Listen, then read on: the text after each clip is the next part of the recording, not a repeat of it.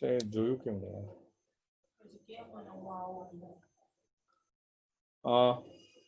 आ जाओ उसमें इलस्ट्रेशन 1 पे आ जाओ फास्ट। अब ये लेसन नंबर जो 20 है ना, ये किस पे बेस्ड है पता है? कि हमने जो valuation of goodwill and shares जो हमने रेगुलर लेक्चर्स में सीखा हुआ है ना, वो उसी पे बेस्ड है। ठीक है, तो उसमें अब मुझे कोई थियोरेटिकल डिस्कशन करने की जरूरत नहीं है।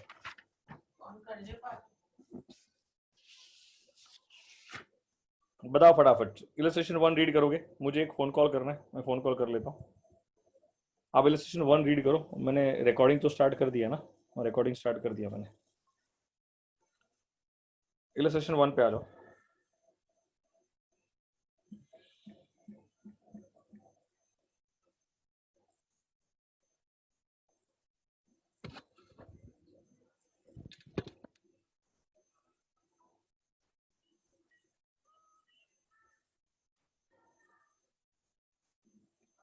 अरे देख यार, मैम ने कुछ ये ना ये निकाल दिया लगता है।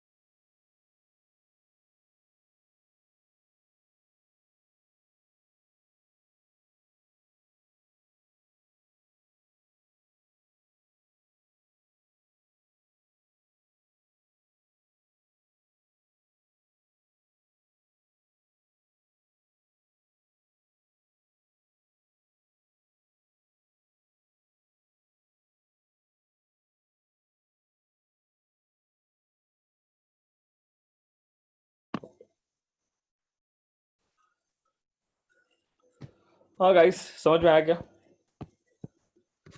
बताओ illustration 1। Now we are moving towards lesson number 20। आपके स्टडी मटेरियल में लेसन नंबर 20 पे जा रहे हैं हम लोग। तो ये लेसन नंबर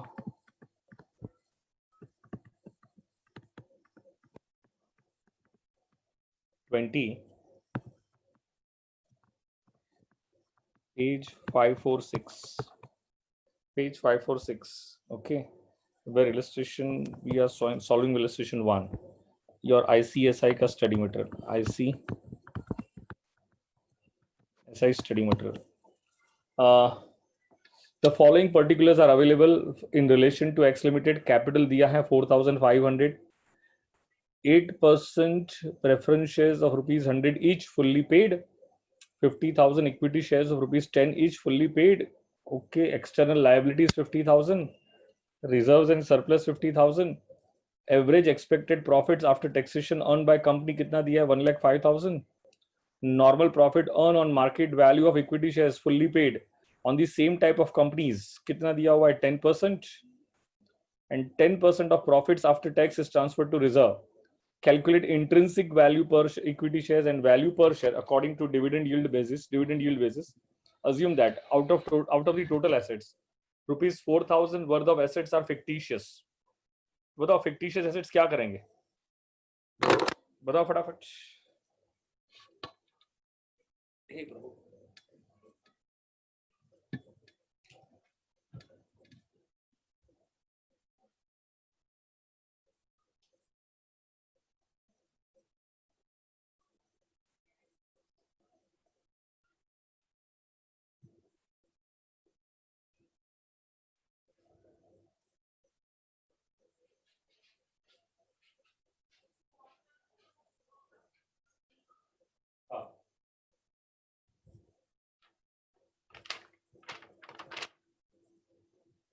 हाँ जी,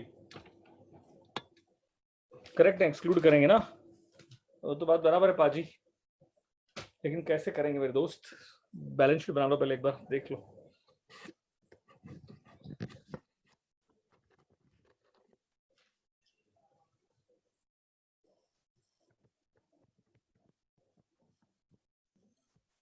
मतलब बैलेंस शीट में क्या क्या है हमारे पास?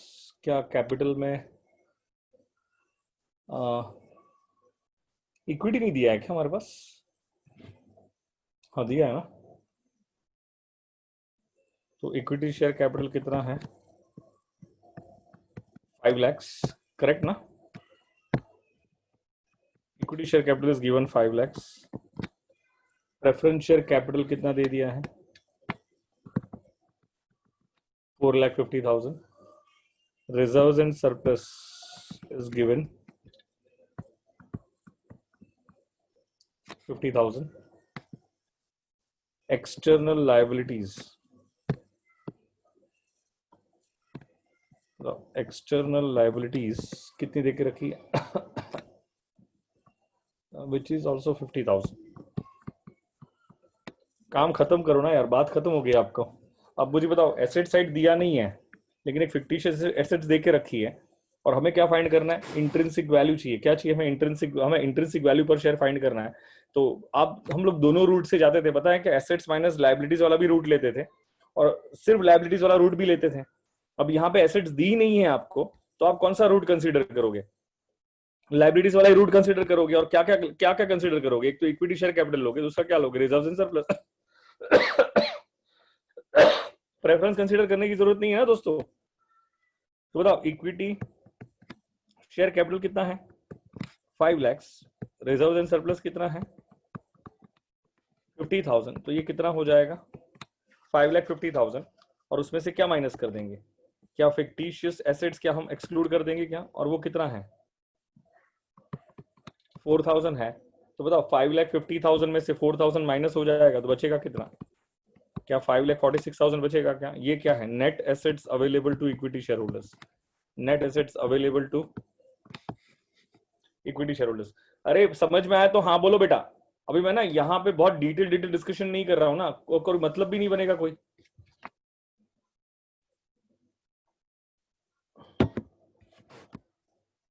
इसमें कोई दिक्कत है?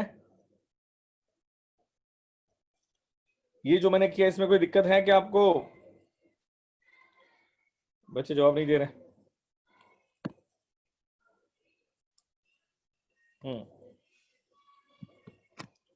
ठीक है, कोई दिक्कत नहीं है।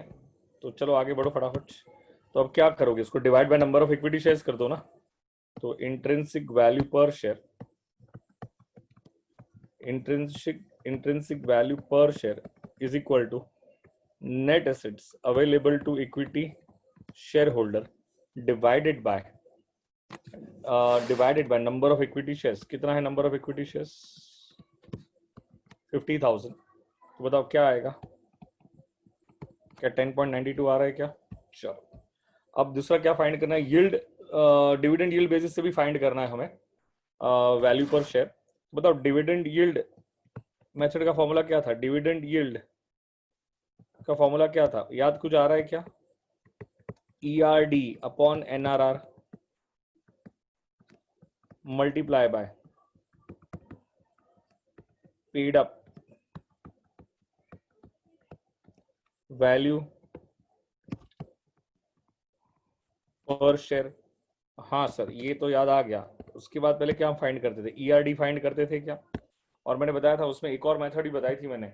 हमने इस पे तो बहुत सारे क्वेश्चन सॉल्व किए हैं, बट आपके स्टडी मटेरियल में जो क्वेश्चंस दिए ना उसका तो लेवल इतना स्ट्रांग नहीं है जितना हमने जिस लेवल पे क्वेश्चन सॉल्व किए। करेक्ट है, we have solved many many questions on this. तो आई डोंट थिंक सो कि इस टॉपिक पे तो आपको कोई डाउट भी होना चाहिए बेटा। ठीक है, तो बताओ ERD कैसे फाइंड करते हैं? तो सबसे पहले ERD का फॉर्मूला क्या है? Earnings available to equity share holders divided by total paid up equity share capital. ERD का फॉर्मूला ये था। Expected rate of dividend find करना है। क्या फाइंड करना है? एक्सपेक्टेड रेट ऑफ डिविडेंड हमें फाइंड करना है। तो expected rate of dividend is nothing but earnings available to equity share holders divided by total paid up equity share capital multiply by 100। बताओ earnings available to equity share holders कितना होगा? क्या आपके पास check करके बताओ, क्या average expected profit after tax दिया हुआ है क्या? तो आपके पास पैट देके रखा है। आफ्टर टैक्स मतलब क्या देके रखा है? वो भी एवरेज पैट है। पैट इज गिवन, बताओ पैट कितना दिया हुआ है, 1,05,000।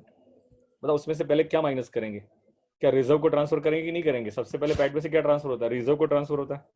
तो जनरल रिजर्व को 10% ट्रांसफर करना है। कितना परसेंट ट्रांसफर करना है, 10%। बेटा ऐसे बहुत सारे क्वेश्चन हमने सॉल्व किए हैं दोस्तों,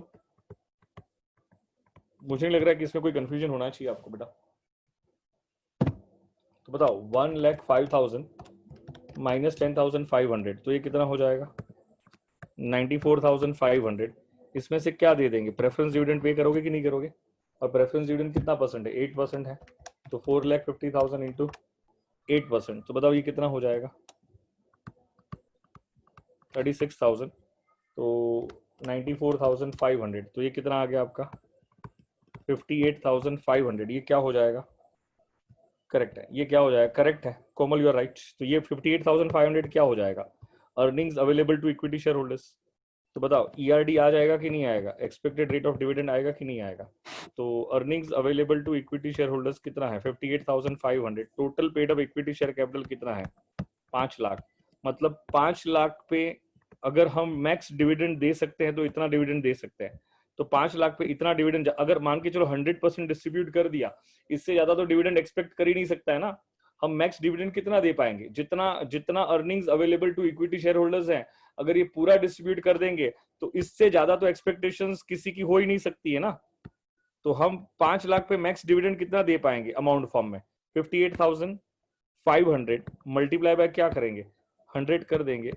तो क्या ईआरडी का आंसर आ जाएगा क्या? तो बताओ ईआरडी कितना आया, 58,500 divided by 5 lakhs multiply by 100, तो ये कितना आ रहा है, 11.70% आ रहा है क्या, 11.70%, सॉरी हाँ 11.70% आ रहा है क्या, चेक कर लो।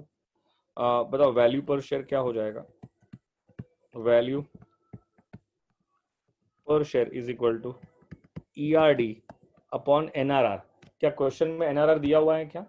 हाँ देखो ना लिखा है, इंफॉर्मेशन नंबर 5 रीड करो, the normal profit earn on the market value of equity shares of the same type of company is 10%। तो ये एनआरआर है बेटा, ये क्या आपका एनआरआर है, 10%। मैंने परसेंटेज परसेंटेज नहीं लिखा है, ठीक है ना।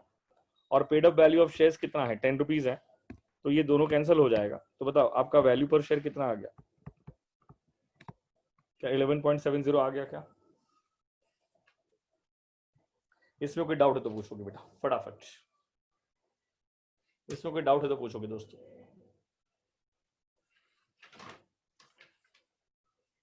क्लियर है क्या बाकी सबको बेटा, क्लियर है ना दोस्तों?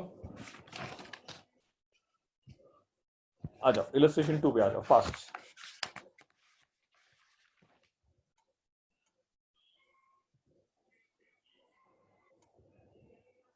इलस्ट्रेशन 2 पे आ जाइए।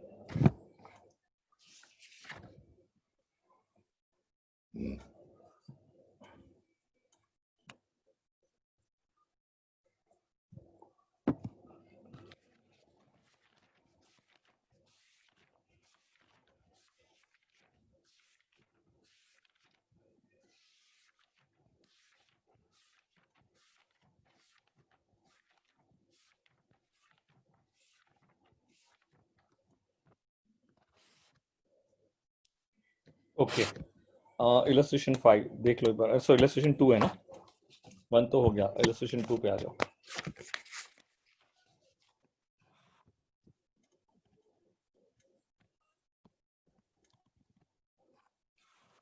इक्विटी एंड हाँ डायमंड लिमिटेड, पेज नंबर क्या है बेटा, ये है page number 549। Okay balance sheet diamond limited limited का दिया है balance sheet, share holder fund share capital 2 lakhs, reserves and surplus 72,000, current liabilities में ट्रेड पेबल्स हैं, प्रोविजन फॉर इनकम टैक्स है, नॉन करंट एसेट्स में फिक्स एसेट्स हैं, preliminary expense है। Okay और करंट एसेट्स में आपके पास inventories, trade receivables, cash at bank. Reserves and surplus में देखो नोट नंबर 1 दिया है, इसका मतलब क्या होता है कि रिजर्व्स एंड सरप्लस की कैटेगरी में कौन से रिजर्व्स हैं, तो एक तो जनरल रिजर्व है and profit and loss account है, करेक्ट है ना। फिक्स एसेट्स में क्या क्या है वो दिया हुआ है, लैंड एंड बिल्डिंग है, plant and machinery and patents है, ठीक है। Expert valuer valued the land and building at rupees 2,40,000. Expert valuer ने लैंड एंड बिल्डिंग को वैल्यू किया, कितने पे वैल्यू किया? 40,000 पे वैल्यू किया। गुडविल को वैल्यू किया 1,60,000 पे। प्लांट एंड मशीनरी को वैल्यू किया 1,20,000 पे। Out of the total debtors it is found that debtors of rupees 8,000 are bad. The profits of the company have been as follows. मतलब डेटर्स में, total debtors में से debtors क्या थे आपके? 8,000 के डेटर्स क्या थे? बैड थे। तो अब मुझे बताओ 8,000 के डेटर्स अगर बैड थे तो ये सिचुएशंस में the profits of the company have been as follows. 31 मार्च 2012 92,000, 31 मार्च 2013 88,000, 31 March 2014 96,000. The company follows the practice of transferring 25% of profits to general reserve. Similar type of companies earn 10% of the value of their shares. तो ये जो similar type of companies earn 10% लिखा हुआ है ना दोस्तों, ये है आपका NRR। क्या है आपका ये NRR? Ascertain the value of shares of the company under intrinsic value, yield value and fair value. Intrinsic value, yield value and fair value. चलो फटाफट आपको मैं 2 मिनट दे रहा हूँ, चेक करके बताओ क्या होगा इसका। इंट्रिंसिक वैल्यू, फेयर वैल्यू,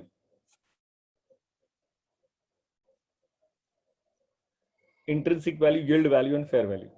बताओ फटाफट। इंट्रिंसिक वैल्यू कैसे फाइंड करते बोलो?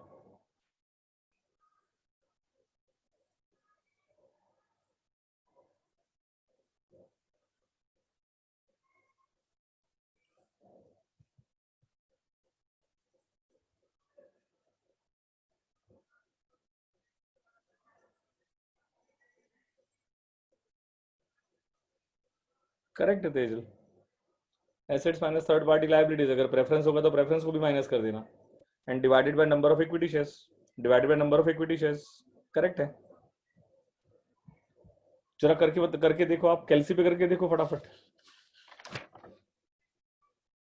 बताओ लैंड एंड बिल्डिंग की कौन सी वैल्यू लेंगे? मार्केट वैल्यू लेंगे ना। लैंड एंड बिल्डिंग आपके पास चेक करो ना क्या क्या है एसेट्स में, वो सब चेक कर लो।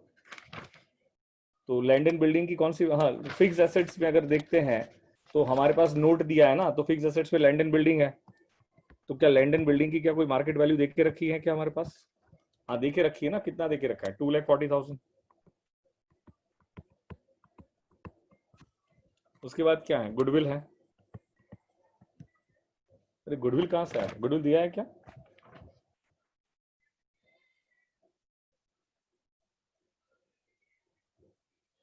गुडविल की वैल्यूएशन की होगी ना।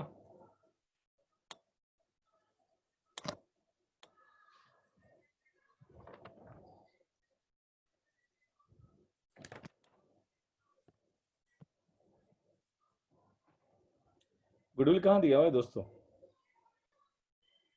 हाँ दिया दिया दिया दिया दिया। हाँ हाँ गुडविल दिया हुआ है ना, 1,60,000। उसके बाद ये आ गया। फिर प्लांट एंड मशीनरी भी है।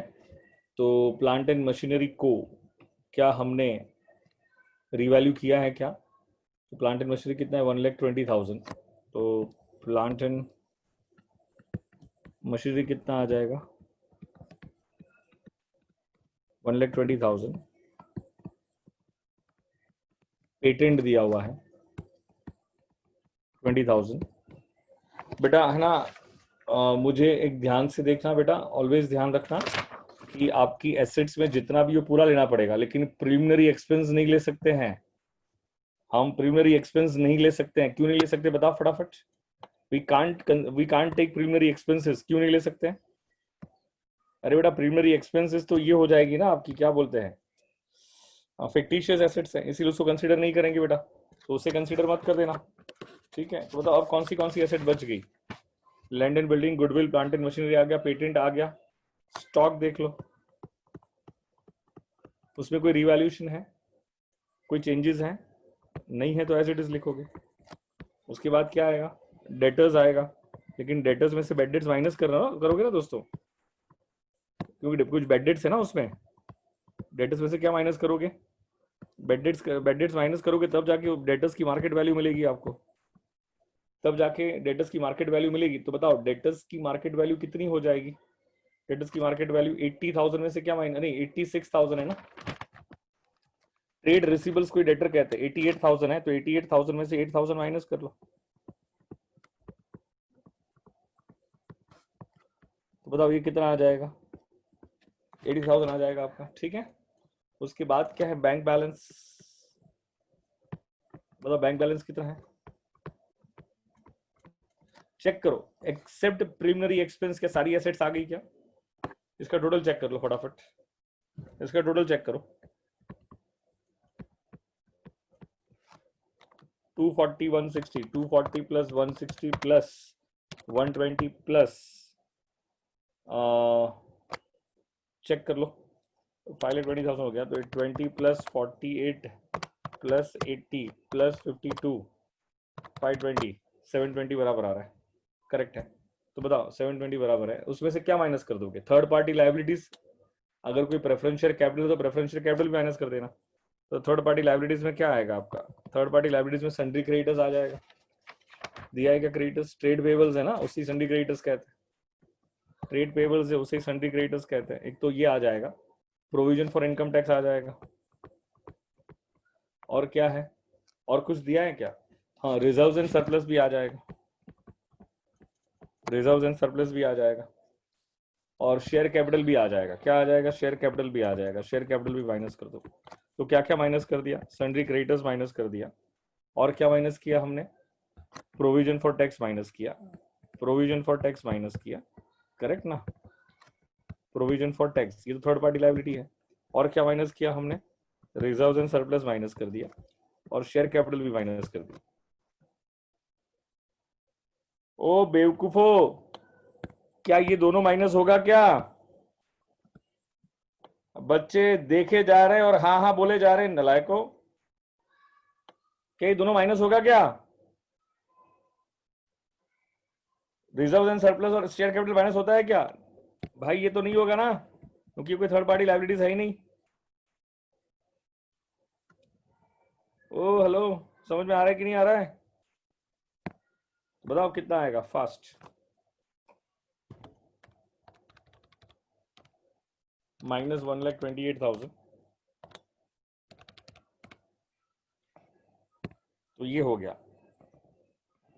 दर्शन बेटा, provision for tax it's a liability towards government दोस्त, it's a liability towards government, it's liability towards government बेटा।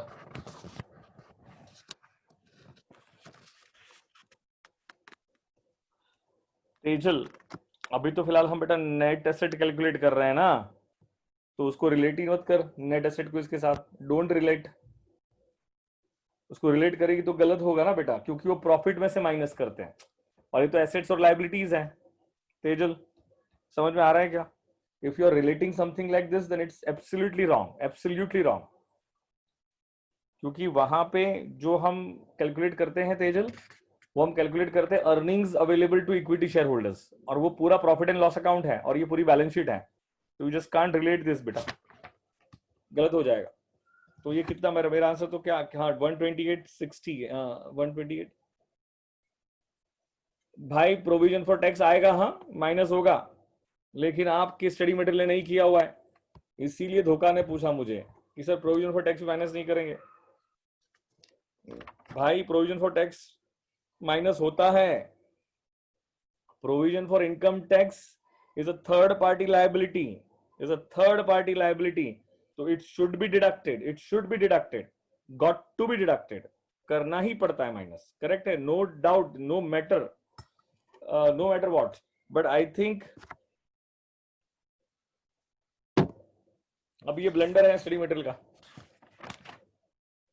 कुछ नहीं कर सकते। बताओ ये कितना आया था, ये 5 लाख, मेरा 32,000 आ रहा था, किसका 592 आ रहा था, कॉपी करके लिखा होगा कोमल, गलत है ना, डिवाइडेड बाय क्या करोगे,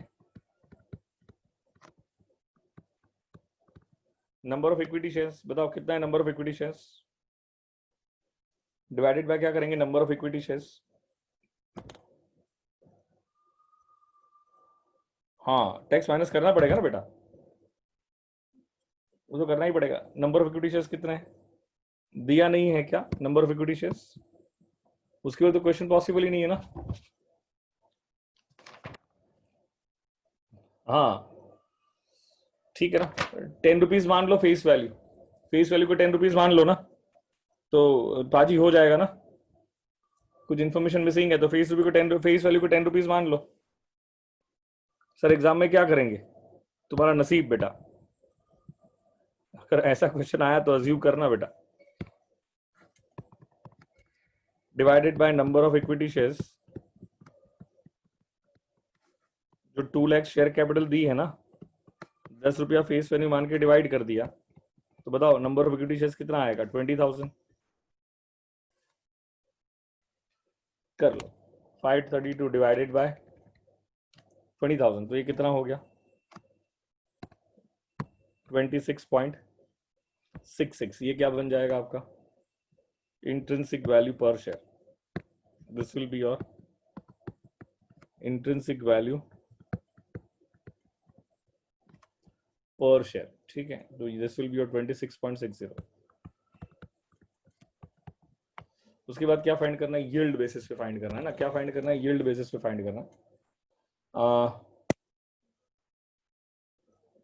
बताओ यील्ड बेसिस पे कितना आएगा आपका दोस्तों, फटाफट बताओ मुझे।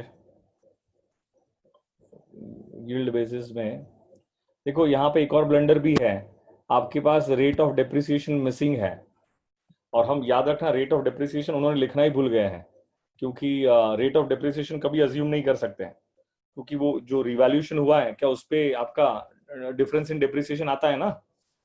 तो बताओ मुझे फटाफट आपका प्रॉफिट्स क्या क्या दिया हुआ है, 11-12 का प्रॉफिट दिया हुआ है,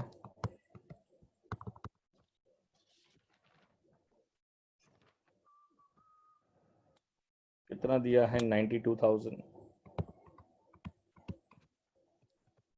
12-13 का प्रॉफिट दिया हुआ है 88,000। क्या हम 13-14 का जो प्रॉफिट है, क्या 13-14 का प्रॉफिट जितना है उतना ही लिखेंगे कि उसमें से 8,000 माइनस करेंगे। 8,000 क्या करेंगे माइनस, किस बात का 8,000 माइनस किया, बेड डेट्स का। अब कॉमन सेंस अप्लाई करो यार, बेड डेट्स की दो इफेक्ट आती है ना, एक तो डेटर्स से भी माइनस होता है, दूसरा कहाँ से माइनस होता है, वो प्रॉफिट एंड लॉस पे डेबिट भी तो होता है ना। तो ये बेड डेट्स अगर पहले डेबिट कर दिया होता तो आपका प्रॉफिट 96,000 होता ही नहीं, उससे कम होता। Agreed on this part. तो माइनस क्या करेंगे 8,000 बेड डेट्स का, तो बताओ ये भी कितना आ जाएगा आपका, 88,000 प्लस 92,000, तो बोलोगे ये कितना हो जाएगा, 2,68,000। इसका एवरेज निकाल लो, एवरेज निकालने के लिए क्या करोगे, डिवाइडेड बाय 3। तो बताओ एवरेज निकालने के लिए क्या करोगे, डिवाइडेड बाय 3, 268 डिवाइडेड बाय 3 करोगे तो कितना आ रहा है आपका, 89,333.33। इसमें कोई दिक्कत है क्या आपको, ओके राउंड ऑफ करके लिखना है तो 30.33 निकाल लो। हाँ लेकिन रुको एक मिनट, रुको एक मिनट, मेरी बात को ध्यान से सुनो, ये प्रॉफिट में एडजस्टमेंट होगी डेप्रिसिएशन की। अब कौन सा डेप्रिसिएशन की एडजस्टमेंट करोगे, मुझे बताओ, लैंड एंड बिल्डिंग की बुक वैल्यू कितनी है पहले बताओगे, लैंड एंड बिल्डिंग की, सब लोग रिस्पॉन्ड करोगे, लैंड एंड बिल्डिंग की बुक वैल्यू कितनी है, 1,10,000 है कि नहीं है, लैंड एंड बिल्डिंग की बुक वैल्यू, अग्रीड। तो ये लैंड एंड बिल्डिंग की बुक वैल्यू है, लेकिन उसको कितने पे रिवैल्यू किया था, 2,40,000 पे।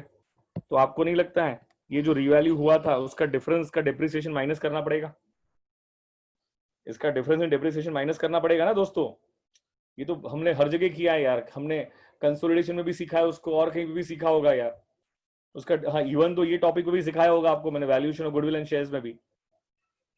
तो उसका डिफरेंस इन डेप्रिसिएशन माइनस होगा, लेकिन अगर डेप्रिसिएशन रेट नहीं दिया है तो इग्नोर करना, डेप्रिसिएशन रेट नहीं दिया है तो इग्नोर करना, उसको अज्यूम मत करना कभी भी। करेक्ट है, अगर आपकी एसेट्स में अपवर्ड रिवैल्यूएशन हो रहा है तो जितना रिवैल्यूएशन हुआ है मल्टीप्लाई बाय डेप्रिसिएशन रेट, उतना डेप्रिसिएशन माइनस होगा। अगर डाउनवर्ड रिवैल्यूएशन हुआ है तो जितना डाउनवर्ड रिवैल्यूएशन हुआ है मल्टीप्लाई बाय डेप्रिसिएशन रेट, उतना डेप्रिसिएशन क्या होगा, एड बैक होगा। ये सबको समझ में आ रहा है कि आपको यहाँ पे ये। अब as a matter of fact question में तो डेप्रिसिएशन रेट कहीं पे नहीं दिख रहा है, क्वेश्चन में डिप्रिसिएशन का रेट कहीं पे नहीं दिख रहा है, लेकिन आपके सॉल्यूशन में 15% लिया हुआ है ना इन बेवकूफों ने, देखो। तो वो कहां से लेके आए भगवान ही जाने, उसका मतलब क्वेश्चन में लिखना भूल गए, और आपके एग्जाम में अगर आता है तो उसे इग्नोर कर देना। कहां दिया है डिप्रिसिएशन रेट अथर्व गायकवाड़, कहां दिया है दोस्त?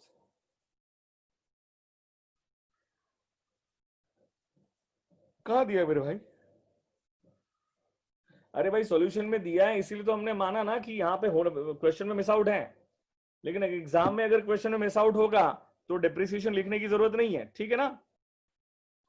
तो आपके क्वेश्चन में मिसिंग है वैल्यूज,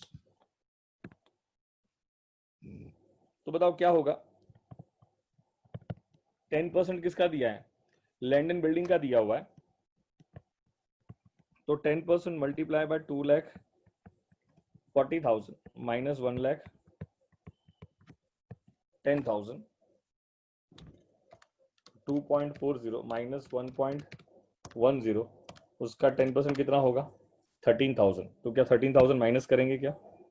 13,000 क्या करेंगे, यहाँ से लेस करेंगे, 13,000 लेस करेंगे, ओके।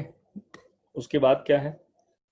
Decrease in depreciation. हाँ, आपका प्लांट एंड मशीनरी की बुक वैल्यू कितनी थी देखो ना, 1,30,000 थी, और वो कितने पे वैल्यू किया गया? 1,20,000 पे। तो उसका डिफरेंस इन डेप्रिसिएशन आप क्या करोगे? ऐड करोगे। तो 15% मल्टीप्लाई बाय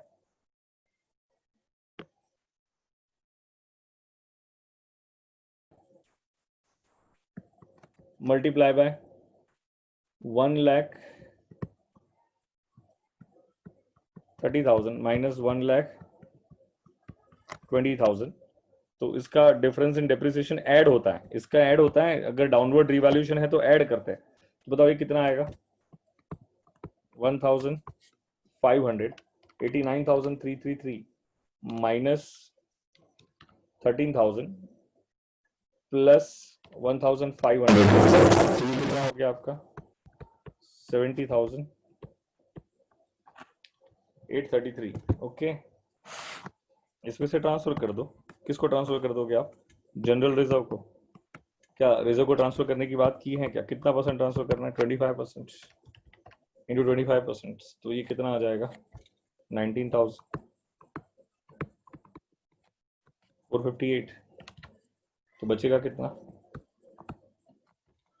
58,375। उसमें से क्या माइनस करोगे? प्रेफरेंस डिविडेंड, लेकिन दिया ही नहीं है ना प्रेफरेंस डिविडेंड, तो यही क्या बन जाएगा आपका? Earnings available to equity shareholder. तो क्या फाइंड करना होगा आपको? ईआरडी पहले फाइंड करोगे। क्या फाइंड करोगे? ईआरडी। तो बताओ ईआरडी कैसे फाइंड करोगे दोस्तों? ईआरडी कैसे फाइंड करोगे? अभी तो बताया ना आपको मैंने, earnings available to equity share holders divided by total paid up equity share capital. बताओ paid up equity share capital कितनी है? 2 लाख है, मल्टीप्लाई बाय क्या होगा? 100 होगा। तो बताओ ये कितना हो जाएगा, फटाफट बताओ। 58,375 divided by 2 lakh multiply by 100, तो बताओ ये कितना आ जाएगा? 29.1875%, करेक्ट है। मतलब परसेंटेज है तो 2 डिजिट सफिशिएंट है, तो 29.19% लिख देना। परसेंटेज में 4 डिजिट्स लिखने की जरूरत नहीं है, no need to write 4 digits, तो यू कैन राइट 19%, ठीक है। ये हो गया। उसके बाद आप फाइंड कर दो यील्ड वैल्यू। क्या यील्ड वैल्यू फाइंड कर सकते हो क्या?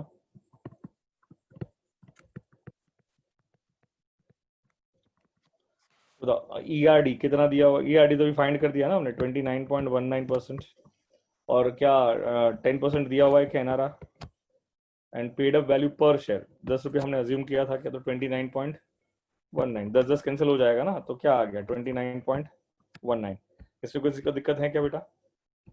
नहीं सर, ठीक है। फेयर वैल्यू का मतलब, फेयर वैल्यू का फॉर्मूला किसी को याद है क्या? फेयर वैल्यू कुछ भी नहीं होती है। Fair value is equal to intrinsic value plus yield value divided by 2। कोई कहता है कि हम इंट्रिंसिक वैल्यू को नहीं मानेंगे। बेटा डेप्रिसिएशन जब नहीं होगा ना तो बस ये दोनों वैल्यूज नहीं आएगी दोस्त। अथर्व ये जो है ना, ये देख हाईलाइट कर रहा हूं, ये और ये नहीं आएगा, बस खत्म। यहाँ से जनरल रिजर्व को ट्रांसफर कर देगा और बस बात खत्म हो गई। समझ गया क्या अथर्व? बस ये दो वैल्यूज नहीं आएगी, बात खत्म होगी बेटा, अगर डेप्रिसिएशन नहीं दिया होगा बेटा। तो बताओ ये फेयर वैल्यू का क्या है फॉर्मूला? ये तो सब अपना हो गया है बेटा, ये सब में कोई दिक्कत नहीं होनी चाहिए आपको। तो हमने कितना फाइंड किया था? 26.60 फेयर, अरे इंट्रिंसिक वैल्यू फाइंड किया था ना 26.60। हाँ 26.60 ही है, plus 29.19 whole divided by 2। 26.60 plus 29.19 divided by 2, बताओ कितना हो जाएगा? 27.895। डन? कोई दिक्कत, कोई भी कंफ्यूजन? समझ में आ गया क्या बेटा?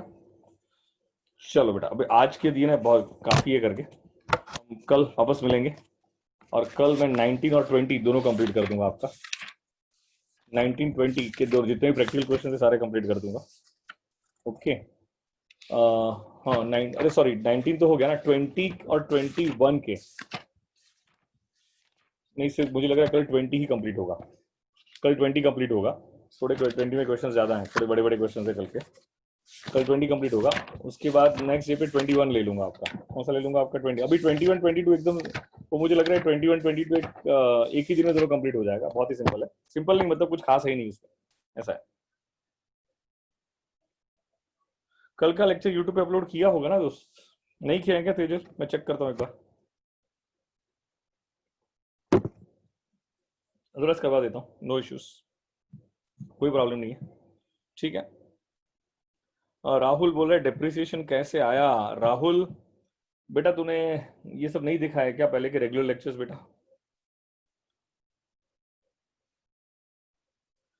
हाँ जी, लिंक अब वो जो मैंने लिंक भिजवाई थी ना पहले पाजी, उसी पे क्लिक करके देखना, वहां पे प्लेलिस्ट में ऐड ऐड किया है कि नहीं किया। रुक जा मैं अभी देख लेता हूँ, रुक जा एक सेकंड। अक्षय को बोला तो था, उसने किया है कि नहीं किया है।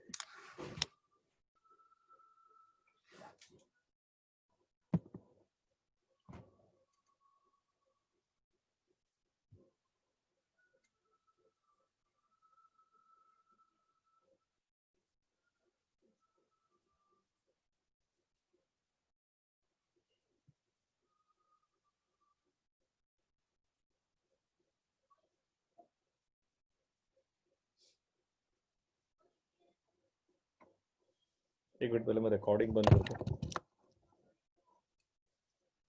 अगर रेट नहीं दिया है तो राहुल बेटा इग्नोर करने का बेटा उसको। If rate is not given then you